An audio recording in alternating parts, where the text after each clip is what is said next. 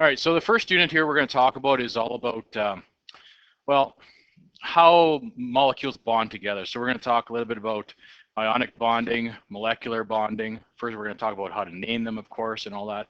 We're also going to talk about the properties and how they come together and how they stick together. So things like physical change, a change in matter or structure in which there's no new substance being formed. So, for example, why is water a liquid? What kind of bonding is involved? What hooks one water molecule to another water molecule? What type of bonding is involved there? Why do we have cohesion and adhesion? So why do they stick together like that? So we're going to talk about that eventually. A chemical change is a change in matter which one or more new substances are being formed. So for example, if you're going to burn something, or the rusting of metal where it goes through oxidation and it changes forms, okay?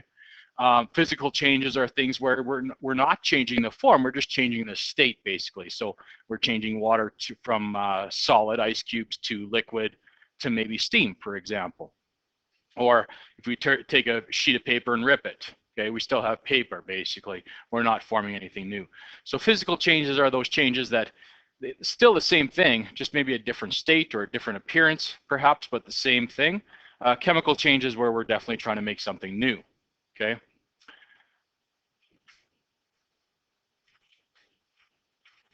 Every chemical reaction, so for a chemical reaction, involves at least one new substance being formed, okay?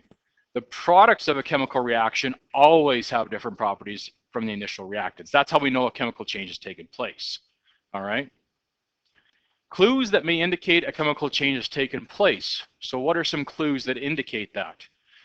Does anyone remember some clues? You probably did this last year. You did some version of this last year. Yeah, sure, go ahead. Sure, yeah, color change. What else? Yeah, gas is given off. What else? Anything else? Yeah. True. Yeah, precipitates formed. We'll write them down here right away, guys. Don't get too ahead of yourself. Yeah, all those things. Heat or energy in the form of heat energy in the form of heat or light is either absorbed or released, right? So lots of different things here. Okay, energy. Are you guys still copying up here? Here. Okay.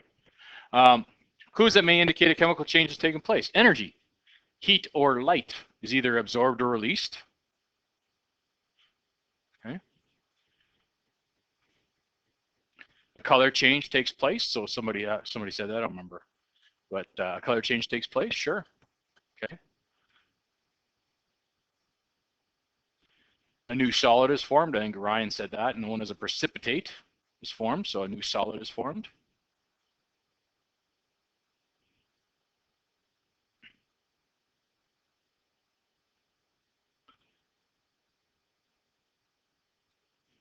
And a new gas is produced. Okay.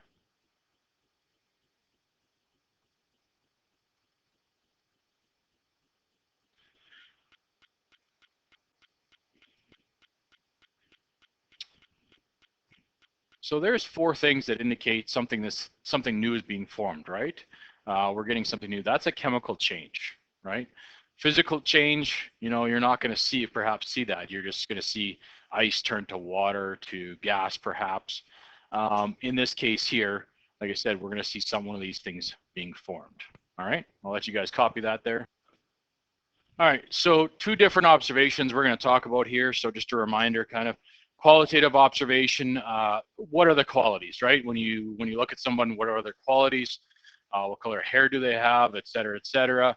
That's what we're talking about with these observations here. So what state of matter, for example, solid, liquid, gas, changes in color, odor, physical states, things like that.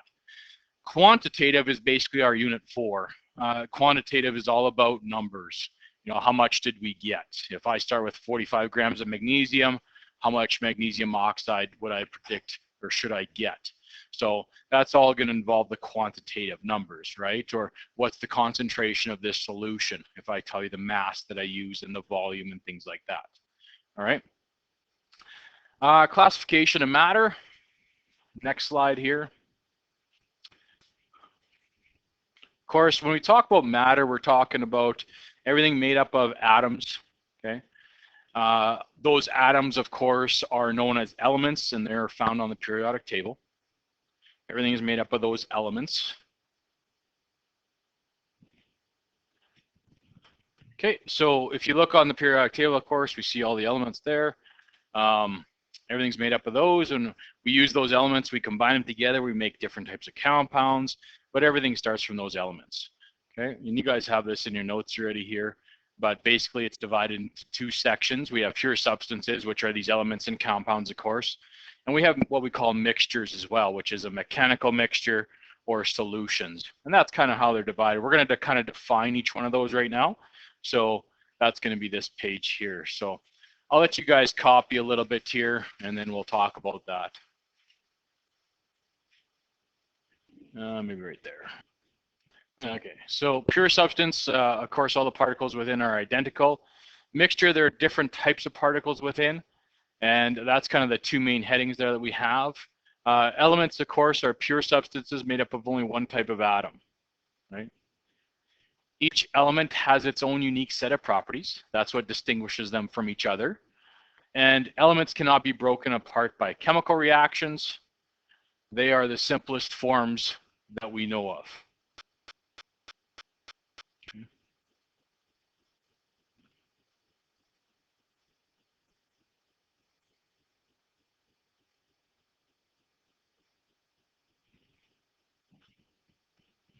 Okay, we'll talk a little bit about some of these here. Each element has its unique set of properties, and then once again, we'll talk about that coming up here with the periodic table and why they're in the certain spots there. You cannot break them apart by chemical reactions. Simplest forms we have, okay? You can break them apart by nuclear reactions. We'll stick to maybe just chemistry, not nuclear chemistry, if that's okay with you. Ha.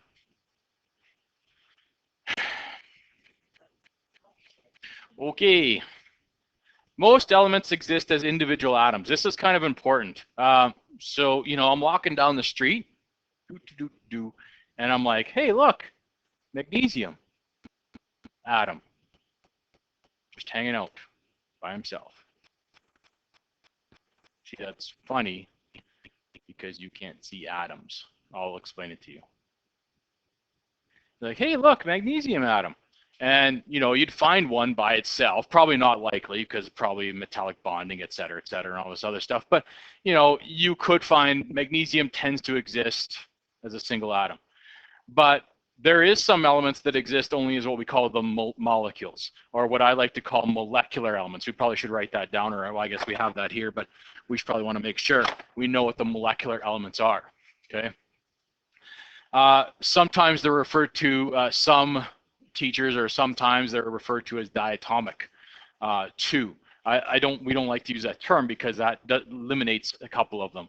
So you're walking down the street and you're like, hey, look, it's hydrogen. Hey, look, hydrogen.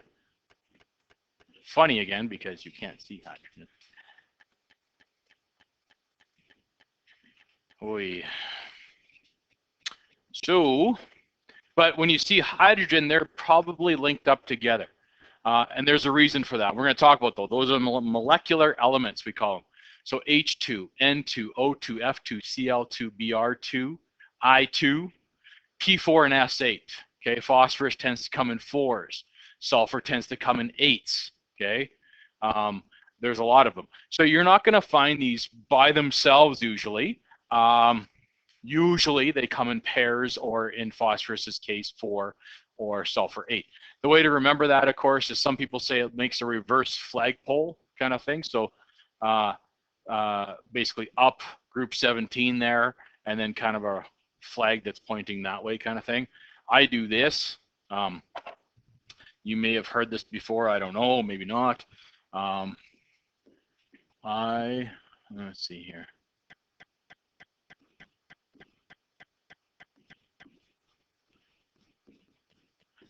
This always stuck with me because, I don't know, I had a teacher once that did this, and then I was just like stuck with me. There's an, I'm not good at English. That's why I married my wife. She's good. She's the English social studies person. You know, one time I made a paper and it was like awesome. You know, it was like the best paper ever for my master's. And I said, can you check this over? And, you know, some of you guys will know who you'll relate. Yeah, some of you will. I got it back, and there was literally like just red upon red upon red upon. It was just a whole page of just red, and I was like, "Dear, it's not that bad." And she's like, "Oh yes, it is. Oh yes, it is." And I was like, "Oh, but I had some good idea." No, no, you didn't. Very bad. So I'm not that person. So I don't know. I don't remember what this is called. I remember these words: synonym and acronym. Well, it's one of these two. I don't know. Or maybe it's onomatopoeia. I don't really know. But it's this thing here where I make a word out of this. So I have no bright or clever. And if you need to write this down to remember, that's fine. Friends. I have no bright or clever friends. People stupid. It's catchy, you know. So that's how I remember the molecular elements. You need to make sure you remember. You don't have to cut. You can make your own thing. Maybe make it clean. You know, like don't be inappropriate, but you can come up with your own whatever deal. But that's what I remember that from like grade 2. You know, like grade 2. Quinn. It's funny. All right. So I have no very clever friends, people stupid. That's how I remember it. And if you kind of keep it in that order, people 4, stupid 8, right? And then the other ones are all 2s, and that's kind of like the last 2 are the P4S8 kind of thing. They're kind of the ones that don't fit. But that's how I remember it. You don't have to. There's another one. Somebody, I don't know, maybe Mr. Hesh or Mr. Coder have a different one. I don't know. But anyway, that's what I use. Up to you. Okay.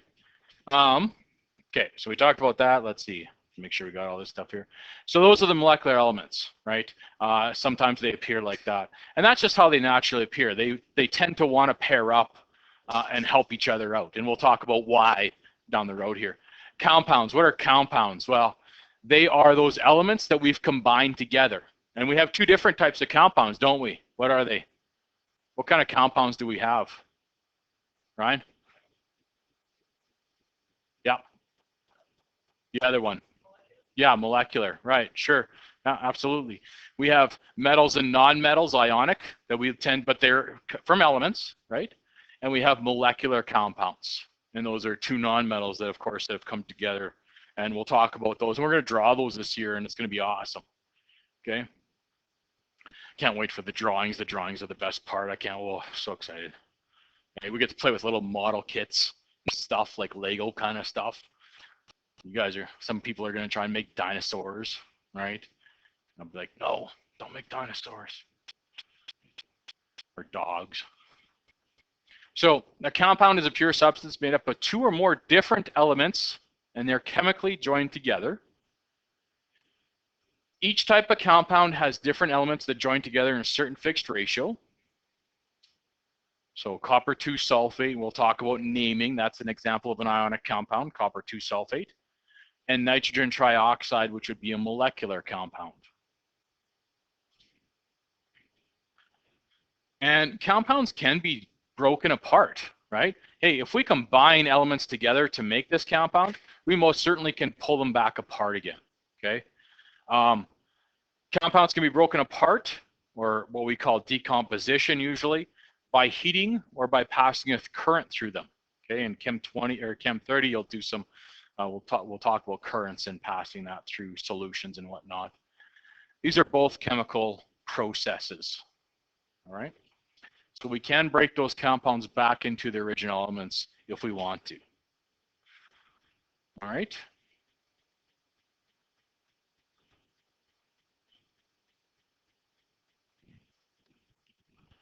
Next, we'll talk a little bit about mechanical mixtures. Mechanical mixture is a mixture of substances of which at least 2 different substances are clearly visible. Mechanical mixtures can be separated by physical processes such as magnetism, flotation, physical sorting, etc.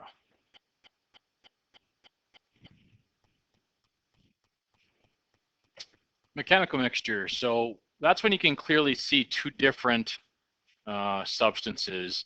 The best example I can kind of give you of that would be probably if you ever gone to a fancy restaurant, or not necessarily even that, but if you've ever eaten, taken fresh bread and you put the oil and the vinegar together, yes? The oil goes on the bottom and the vinegar kind of sits on top, and you can totally see the two different things. And that would be an example, perhaps probably best, of flotation, where the vinegar kind of sits on the top part and the oil sits on the bottom, and it's kind of the base. And then you can mix it up, and it kind of mixes together fairly well. There's in fact an oil store downtown, I think, isn't there? You get all the vinegars and stuff there, and my wife likes that store, but usually that goes on salad, and well, you know, salad. It's salad. You don't make friends with salad. You don't make friends with salad. You don't make friends with salad. All right, so that'd probably be the best example of a mechanical mixture. Solution. That is a mixture of substances which appear to be all the same. Solutions is going to be our entire Unit 3. So I'm probably going to give you these definitions again down the road, and you know, I apologize for that, but solutions is going to be Unit 3 for us. It is a mixture of substances which appear to be all the same. You might look at that container and see just a clear solution. You might just see, looks like water. But in that solution, there definitely could be a solute. So that is the substance that we're dissolving. So, you know, for example, if you're putting salt into water, sodium chloride into water, you usually don't see the salt unless you put too much in. Okay, it'll dissolve itself. That is the solid, or the solute. And the solvent, of course, is in this case the water. It's the substance doing the dissolving. All right. So table salt, put it in some water. The solute would be the salt. The solvent would be the water in that case. It is the substance that does the dissolving.